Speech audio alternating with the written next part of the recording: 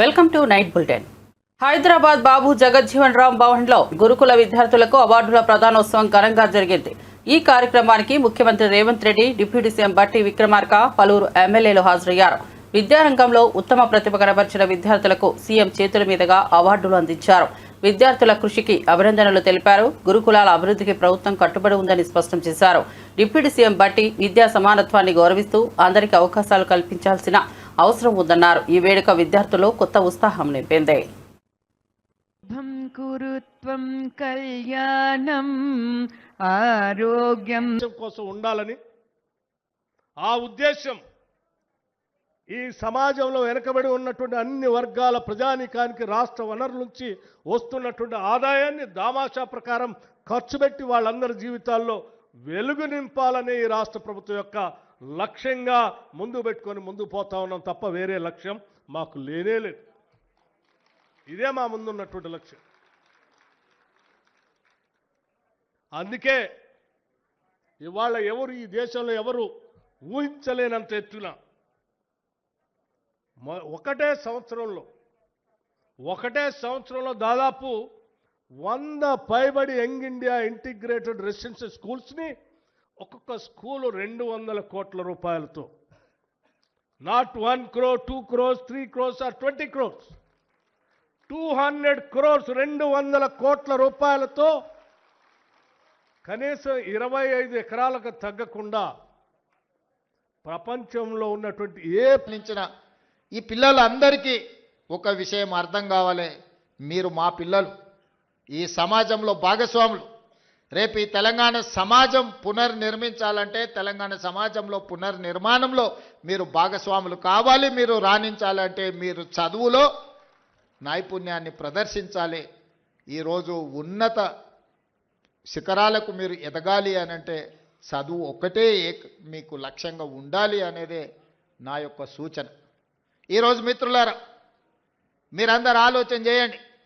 SC, ST, BC, minority, EWS వర్గాలుగా ఈరోజు సమాజంలో ఉన్న ఎవరికి వాళ్ళకు వేరే వేరే రెసిడెన్షియల్ స్కూళ్ళు పెట్టడం వల్ల ఒక రకమైన ఆత్మ న్యూనతా భావంలో మనం పెరగవలసిన పరిస్థితి వస్తుంది.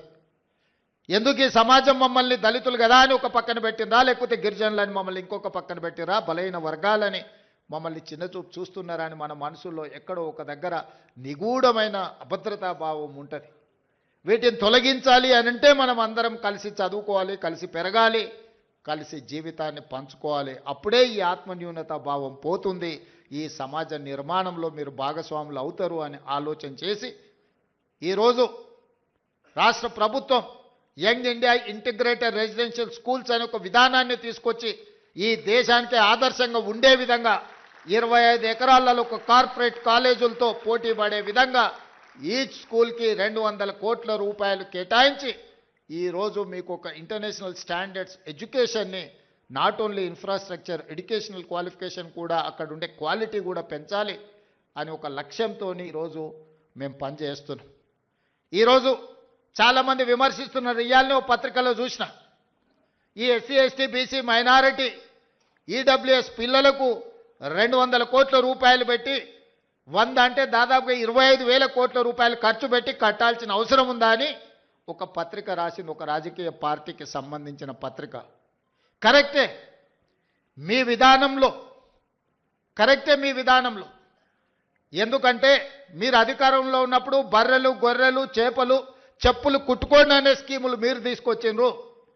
ఆనాడు బడుగు బలైన దళిత గిరిజన మైనారిటీ వర్గాలు ఏం చేయాలంటే దళితులు చెప్పులు కుట్టుకోవాలి, బలహీన వర్గాలు చేపలు పట్టుకోవాలి, ట్రైబల్స్ పందులు పెంచుకోవాలని గత ప్రభుత్వంలో స్కీములు వచ్చినాయి. మీరు అందరూ చూడండి. గత 10 సంవత్సరాలలో ఏం చెప్పారు? బర్రెలు, గొర్రెలు ఇస్తాం, చేపలు ఇస్తాం, చెప్పులు కుట్టుకోండి, మీకు స్కీములు ఇస్తామని చెప్పిండ్రు తప్ప మీకు చదువు చెప్తాం, మీకు రాజ్యాధికారం ఇస్తాం, మీ రాజ్యం బీఆర్ఎస్ పార్టీ పరిస్థితి ఎద్దేవా చేస్తూ ఎమ్మెల్యే నాయని రాజేందర్ రెడ్డి సంచలన వ్యాఖ్యలు చేశారు. ఇప్పటికైనా కల్వకుంట్ల కవిత నిజాలు మాట్లాడిందని పేర్కొన్నారు. పార్టీని లోపల నుండే శాసిస్తున్న దెయ్యాలెవరో ఆమె వెల్లడించాల్సిన అవసరం ఉందన్నారు. 4 కారు టైర్లు 4 దిక్కులకెళ్లేలా బీఆర్ఎస్ అనిశ్చితితో కూరుకుపోయిందని విమర్శించారు.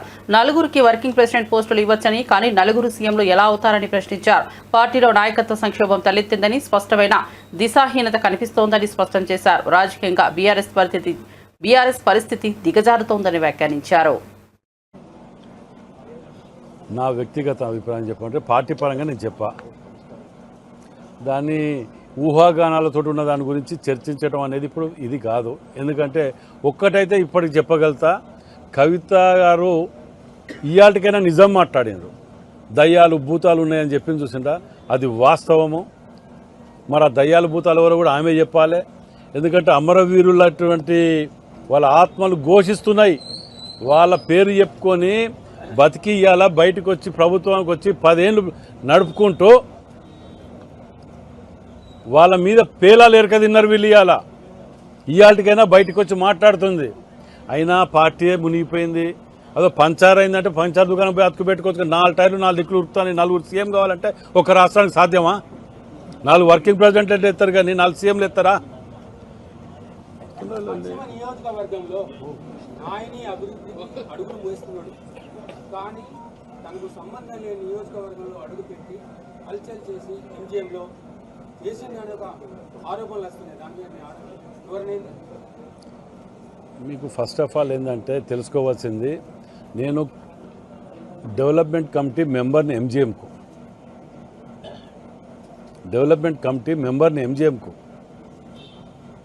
రెండవది ఇక్కడ ఉన్న దానివల్ల నేను ఎంజీఎంకు పోవటం వలన నష్టం జరిగిందా లాభం జరిగిందా అనేది ఒక్కరితోటి నష్టం జరిగింది అనిపిస్తే నేను చెప్పలేసుకొని పొరపాటు అయిందంట.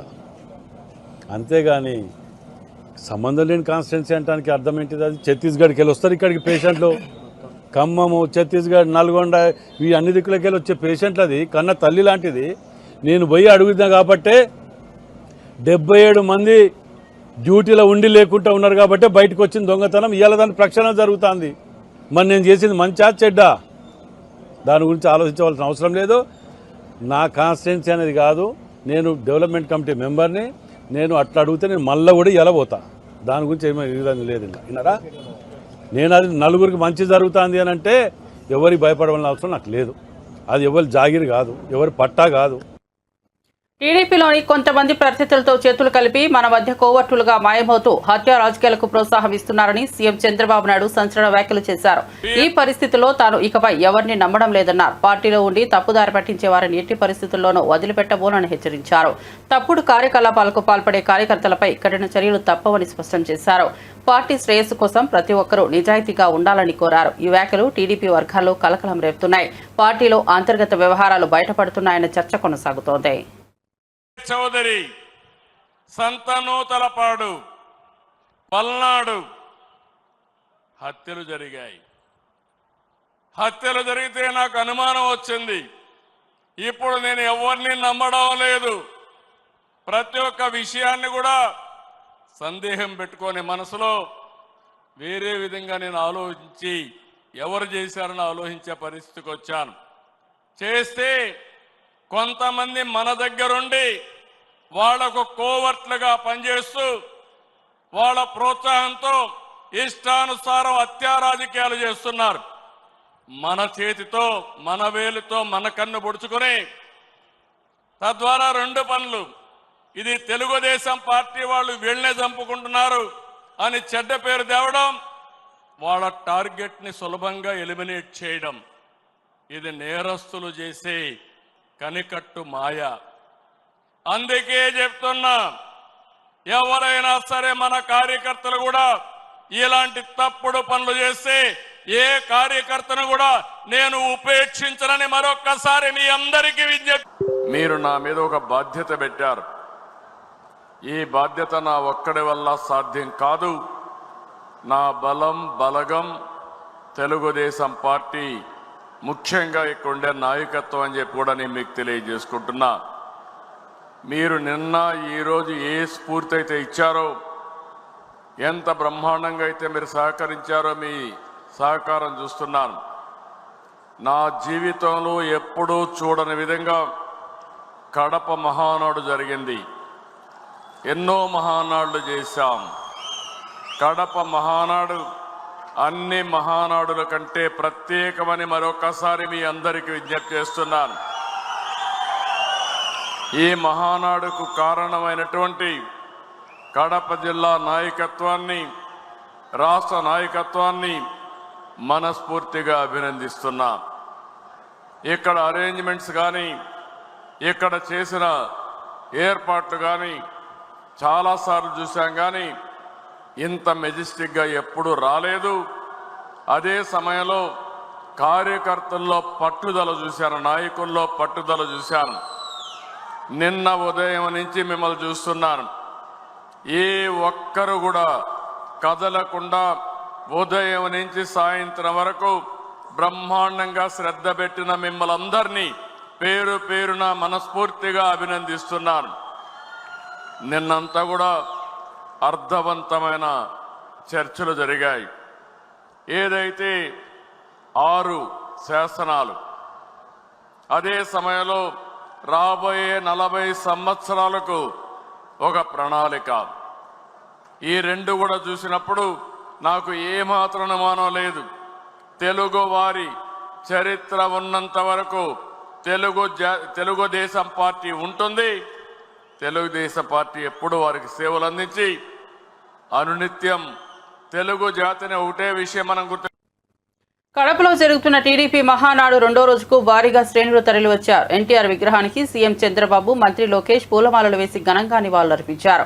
అనంతరం మహానాడు సభ ప్రారంభమైంది. సభలో ప్రభుత్వ సంక్షేమ కార్యక్రమాలు, అభివృద్ధి ప్రణాళికలపై ప్రధానంగా చర్చ జరిగింది. జిల్లాల వారీగా కార్యకర్తలు పాల్గొని భారీ ఉత్సాహాన్ని చూపారు. పార్టీ బలోపేతానికి తీసుకోవాల్సిన నిర్ణయాలపై నేతలు సమీక్ష నిర్వహిస్తున్నారు. లోకల్ లెవెల్ నుంచి ప్రభుత్వ స్థాయిలో అమలు చేస్తున్న కార్యక్రమాలపై సమగ్ర చర్చ కొనసాగుతోంది. తెలుగుదేశం పార్టీ వ్యవస్థాపకుడు నందమూరి తారక రామారావు జయంతి సందర్భంగా హైదరాబాద్లోని ఎన్టీఆర్ ఘాట్ వద్ద లక్ష్మీపార్వతి నివాళులర్పించారు. ఎన్టీఆర్ విగ్రహానికి పుష్పాంజలి జన్మించిన ఆమె ఆయన సేవలు చిరస్మరణీయమన్నారు. ఎన్టీఆర్ ఆదర్శాలను కొనియాడుతూ ప్రజాస్వామ్యాన్ని కాపాడేందుకు ఆయన చేసిన కృషిని గుర్తు చేశారు. ప్రజల మనసుల్లో ఎన్టీఆర్ చెరిగిపోని ముద్ర వేసిన వ్యక్తి అని పేర్కొన్నారు. తెలుగు ప్రజల గుండెల్లో చిరస్థాయిగా నిలిచిపోయిన నాయకుడిగా ఆయన పేరును స్మరించారు. ఈ సందర్భంగా పలువురు అభిమానులు, అనుచరులు ఘాట్ వద్దకు చేరుకుని ఎన్టీఆర్ జయంతిని ఘనంగా నిర్వహించారు.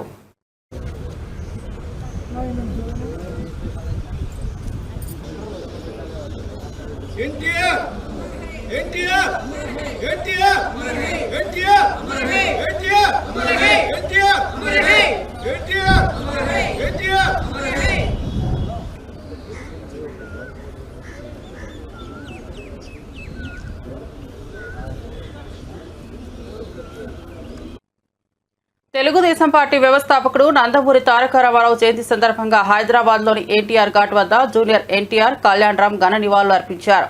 ఎన్టీఆర్ సమాధి వద్ద పుష్పగుచ్చాలు ఉంచి నిశ్శబ్దంగా మౌన ప్రార్థన చేశారు. కుటుంబ సభ్యులుగా ఎన్టీఆర్ చేసిన సేవలను స్మరించుకున్నారు. ఎన్టీఆర్ ప్రజల కోసం చేసిన త్యాగాలు, రాజకీయంగా తీసుకున్న వినూత్న నిర్ణయాలను గుర్తు చేశారు.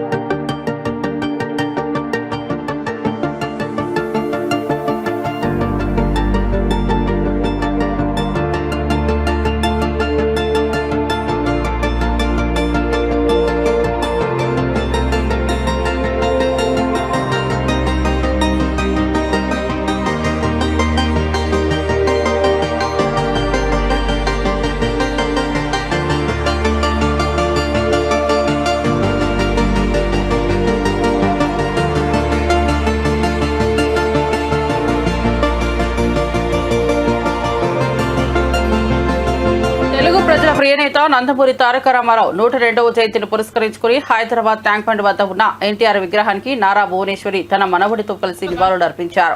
పుష్పగుచ్చం ఉంచి మౌనంగా ఆయన సేవలను స్మరించారు. ఈ కార్యక్రమంలో ఎన్టీఆర్ కుటుంబ సభ్యులు, అభిమానులు పెద్ద సంఖ్యలో పాల్గొన్నారు.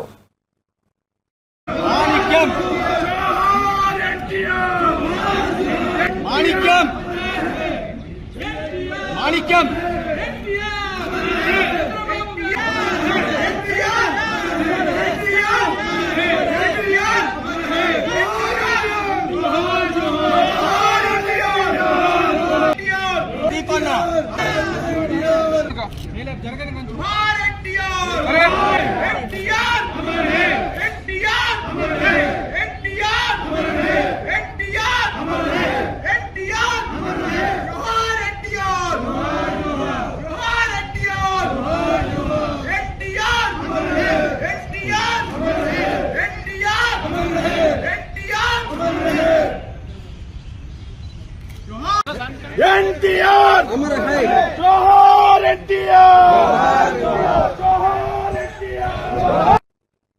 మంగళగిరి రూరల్ పోలీసులు ఎదుట విచారణకు సజ్జల భార్గవ్ హాజరయ్యారు.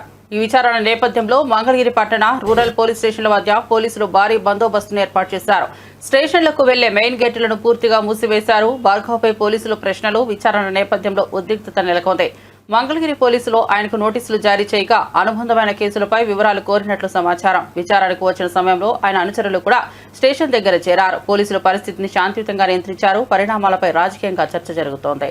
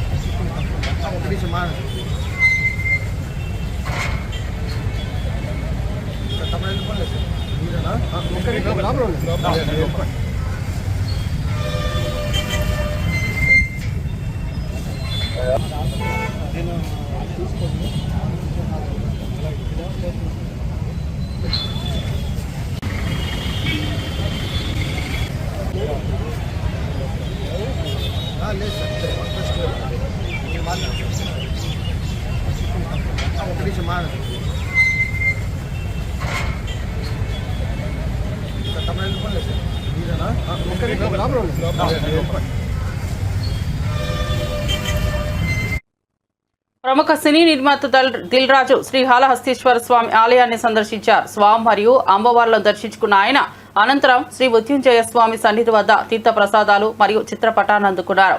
ఆలయ అధికారులు అతిథి సత్కారంలో దిల్ రాజును ఆహ్వానించారు.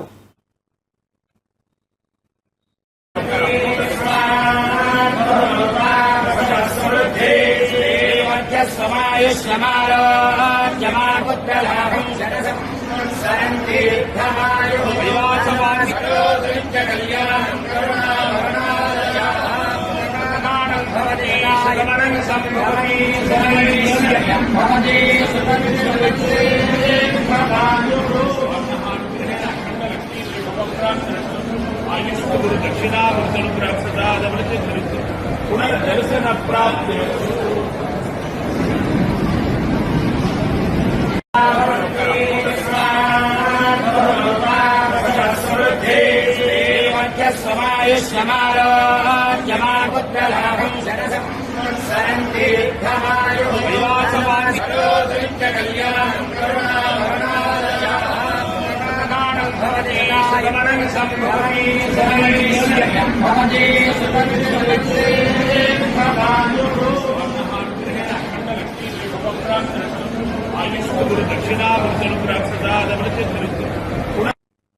రాష్ట్ర అభివృద్ధి లక్ష్యంగా కాంగ్రెస్ ప్రభుత్వం ముందుకు సాగుతుందని ఉప ముఖ్యమంత్రి బట్టి విక్రమార్క అన్నారు. ఖమ్మం జిల్లా ముదిగొండ మండలం ఎడవల్లిలో 4,75,00,000 రూపాయల వ్యయంతో శ్రీ యోగానంద లక్ష్మీ నరసింహస్వామి ఆలయ పునర్నిర్మాణ పనులకు శంకుస్థాపన చేశారు. బట్టి విక్రమార్క నందిని దంపతులకు ఆలయ అధికారులు పూర్ణకుంభంతో ఘన స్వాగతం పలికారు. ప్రతి ఎన్నికల ప్రచారం ఈ ఆలయం నుంచే ప్రారంభించి గెలుపొందారని ఆయన తెలిపారు. స్వామివారి ఆశీస్సులతో పనులు వేగంగా పూర్తవుతాయని ఆశాభావం వ్యక్తం చేశారు. పాలన అందిస్తా ఉంది కాబట్టి ఇవాళ ఋతుపవనాలు కూడా మనం ఆశించిన దానికంటే ముందే రాష్ట్రంలో ప్రవేశించి చల్లగా వర్షాలు పడతా ఉన్నాయి. పాడి పంటలు సుభిక్షంగా ఉండేటట్టు ముందుకు పోతా ఉంది. కేవలం రైతులు వ్యవసాయమే కాకుండా సమాజంలో ఉన్నటువంటి అన్ని వర్గాల ప్రజానికం కోసం కూడా రాష్ట్ర ప్రభుత్వం నిధులన్నింటినీ సమగ్రంగా ప్రణాళికాబద్ధంగా కొన్ని పథకాలు తయారు చేసుకుని ముందుకు పోతా ఉన్నాం. ఈ పథకాలన్నీ కూడా ప్రజా సంక్షేమం కోసం పనిచేసేటువంటి కార్యక్రమాలు, సంపదని సృష్టిస్తా ఉన్నాం. ఆ సంపదని ప్రజలకు పంచే కార్యక్రమంలో భాగంగా అనేక పథకాలు నరేంద్ర మోదీ 11 ఏళ్ల పాలనను విమర్శిస్తున్న కాంగ్రెస్ అధ్యక్షుడు మల్లికార్జున ఖర్గేపై బీజేపీ ఓబీసీ మోర్చా జాతీయ అధ్యక్షుడు ఎంపీ లక్ష్మణ్ తీవ్రంగా మండిపడ్డారు. 10వ స్థానంలో ఉన్న భారత్ను మోదీ 4వ ఆర్థిక శక్తిగా తీర్చిదిద్దారని గుర్తు చేశారు. మోదీ పాలనలో stand up, startup, make in India వంటి కార్యక్రమాలు దేశ అభివృద్ధికి ఊతమిచ్చాయని ప్రశంసించారు. ఎస్సీ, ఎస్టీ, బీసీ మహిళలతో పాటు ఆర్థికంగా వెనుకబడ్డ వర్గాలు, అగ్రవర్ణాల్లో పేదలకు మోదీ గారి హయాంలోనే అగ్రవర్ణాల పేదలకు ఈడబ్ల్యూఎస్ 10% రిజర్వేషన్, అసాధ్యం అనుకున్నటువంటి మహిళలకు 33% చట్టసభల్లో రిజర్వేషన్లు కల్పించినటువంటి చరిత్ర, జమ్మూ కాశ్మీర్ 370 ఆర్టికల్ అవరోధం వల్ల అక్కడ ఉన్నటువంటి ఎస్సీ ఎస్టీలు బీసీలు రిజర్వేషన్లు కోల్పోతే వారికి రిజర్వేషన్లు కల్పించినటువంటి చరిత్ర 370 ఆర్టికల్ రద్దు చేసి ఇది సామాజిక న్యాయం పేదల సంక్షేమం కోసం. రైతుల విషయంలో మీరు మీ హయాంలో యూరియా కొరత, యూరియా బస్తాలు పొందాలంటే పోలీస్ స్టేషన్లలో యూరియా అమ్మిన చరిత్ర మీది. చెప్పులు పెట్టి బస్తాల కోసం పరిగాపులు కాసి ప్రాణాలు కోల్పోయిన సంగతులు ఆ రోజు మీ హయాంలో. కల్తీ విత్తనాలు, పంటలకు బీమా లేని దుస్థితి.